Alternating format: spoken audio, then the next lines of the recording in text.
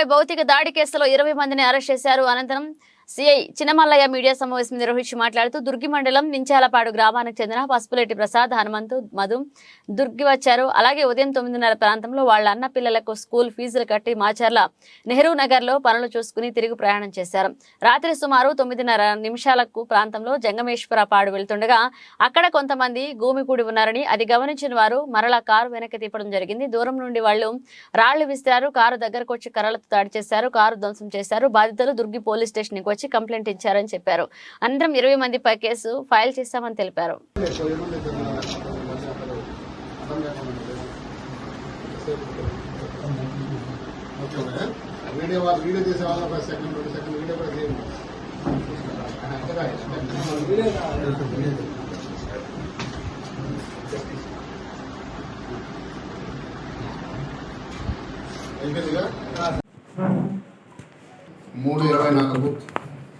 ఉదయం 9 గంటల ప్రాంతంలో మించాలపాడు గ్రామస్తులైన పసుపులేటి ప్రసాద్, వారి యొక్క అంటే బంధువు హనుమంతు, మధు, చెన్నై అని ముగ్గురు అంటే మొత్తం నలుగురు కలిసి దుర్గి గ్రామం వచ్చి వాళ్ళ అన్నయ్య కూతురికి ఫీజు కట్టవలసి అంటే పిల్లలకు ఫీజు కట్టవలసింది కట్టేసి మాచర్ల వెళ్ళి అక్కడ పొలం తాలూకా రిజిస్ట్రేషన్ సంబంధించిన డాక్యుమెంట్స్ కూడా వాళ్ళు ఆధార్ కార్డు సమర్పించి అటు నుండి తేరాల వెళ్ళి వాళ్ళ చనిపోతే అక్కడ ఫంక్షన్కి అటెండ్ అయ్యారు.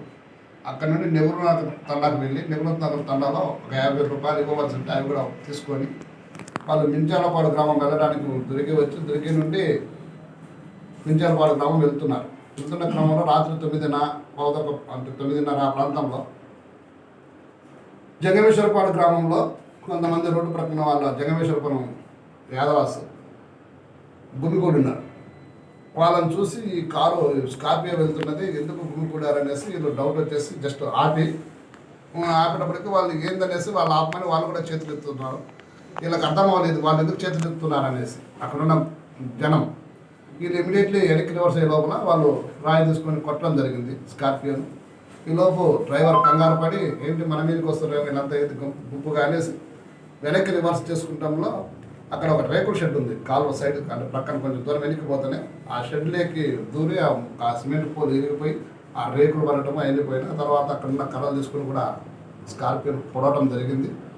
ఈలోపు వాళ్ళను బయటకు తీసి చేతులతో చెప్పులతో కొట్టినారని వాళ్ళు మనకు కంప్లైంట్ ఇవ్వడం జరిగింది. అందులో కర్రలు కానీ కత్తులు కానీ అంటే కత్తులు కానీ గొడ్డళ్ళు కానీ వాడలేదు, మారణాయుధాలు ఎటువంటివి కూడా వాడలేదు. వాళ్ళు చెప్పేదంటే కర్రలు రాళ్లతో మాత్రమే దాడి చేశారని చెప్పారు చేతులతో.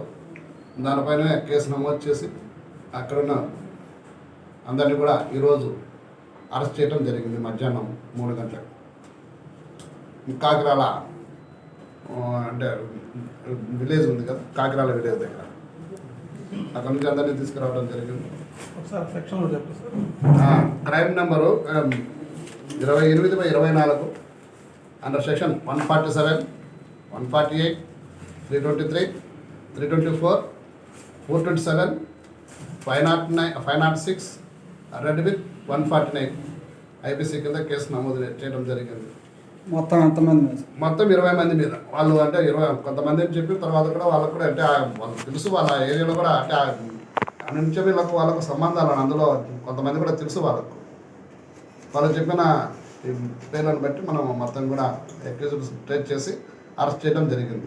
ఇది అంటే వీళ్ళకు వాళ్ళకి ఎటువంటి కక్షలు లేవు, గొడవలు కూడా లేవు. కాకపోతే ఆపలేదు అన్న ఒక్క క్రమంలోనే వెనక్కి తీసుకున్న టైంలో గొడవ జరిగింది.